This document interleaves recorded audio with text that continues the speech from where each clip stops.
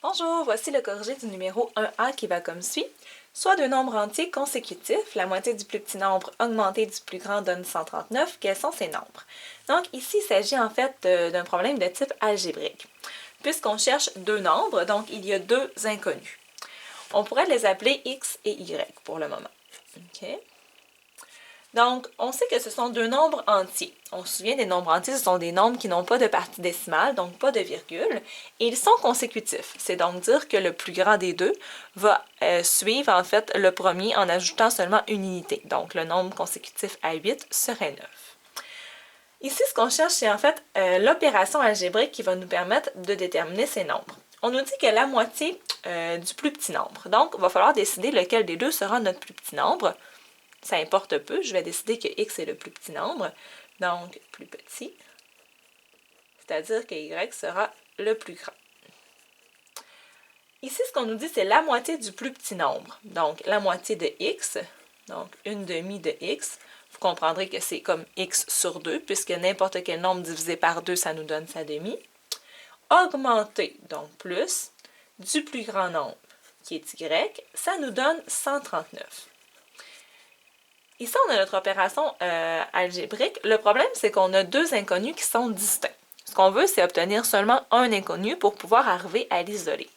Donc, ce que je vais faire, c'est que je vais tenter d'avoir seulement des x ou seulement des y. Ici, je sais qu'y, mon plus grand nombre, est le nombre consécutif à x. C'est donc dire qu'y est égal à x plus 1. Donc, si x est 8, y sera 8 plus 1, il sera 9. Ce sera l'entier consécutif de 8.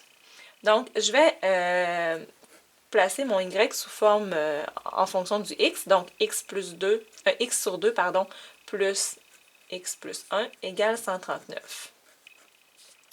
Pas besoin de parenthèse ici parce qu'on connaît l'associativité de l'addition. Donc, peu importe si je mets le x ici, le 1 ici, peu importe, c'est une addition, donc le résultat va être le même. Maintenant, ce que je veux faire, maintenant que j'ai mon opération algébrique adéquate, je veux isoler mon x afin d'avoir x d'un côté et d'avoir seulement des nombres de l'autre côté, ce qui va me permettre de trouver la valeur en nombre de x.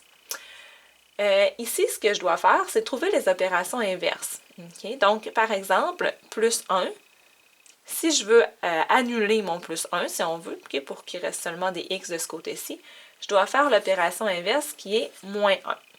Pourquoi je peux faire ça? Si j'avais 8 plus 2 égale 10, je continuerais d'avoir mon égalité si je faisais moins 1 de ce côté-ci et moins 1 de ce côté-ci. La preuve, 8 plus 2 moins 1, ça fait 1, là, donc 8 plus 1 égale 9, et 10 moins 1 égale également 9. Donc, j'ai le droit ici d'enlever 1 si j'enlève 1 de l'autre côté de l'égalité. Il me reste donc x divisé par 2 plus x me donne 139 moins 1, soit 138. Maintenant, ce que je dois me débarrasser, c'est le diviser par 2 ici. Par contre, pour pouvoir faire l'opération inverse qui est x2 de ce côté-ci, je ne peux pas faire seulement x2 pour ce x-là. Évidemment, je dois faire x2 pour l'ensemble de l'opération. Je vous montre encore une fois pourquoi. Si j'ai par exemple 8 plus 2 égale 10, et là je me dis, bon, je vais multiplier juste ce terme-ci par 2, puis je vais multiplier tout de ce côté-ci par 2.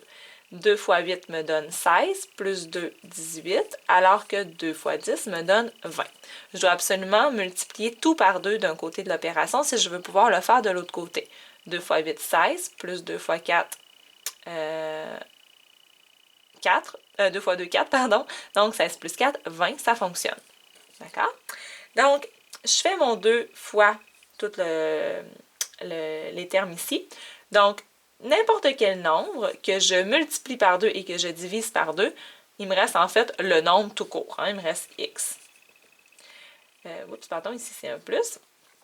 Et le 2 fois le x me donne 2x. Ce qui me donne 138 fois 2, qui me donne 276. Donc ici, j'ai multiplié par 2, mes 2 se sont annulés parce que fois 2 divisé par 2, il me restait x. Et ici, j'ai multiplié par 2 mon x, j'ai obtenu 2x. Mon plus est resté le même. Maintenant, x plus 2x, ça nous donne 3x. La preuve, c'est 4 plus 2 fois 4, c'est la même chose que 3 fois le 4, ok, 3x, nous donne toujours 276. Encore une fois, ici, j'ai rien fait, j'ai seulement additionné, donc j'ai rien besoin de faire de l'autre côté. Maintenant, l'opération inverse de multiplier par 3 est diviser par 3. Donc, si je fais la même opération des deux sens, des deux côtés de l'équation, je vais garder mon égalité. Donc, n'importe quel nombre multiplié par 3 divisé par 3 donne x. Et 276 divisé par 3 nous donne 3 dans 27, 9. 9 fois 3, 27. Il reste 0. J'abaisse mon 6. 3 dans 6 rentre 2 fois. 2 fois 3, 6. Il me reste 0. Donc, x égale 92. On nous demande dans la question quels sont ces deux nombres. Donc, le premier nombre est 92 et le deuxième, qui est y, qui est x plus 1, est donc 92 plus 1, c'est-à-dire 93. Voilà!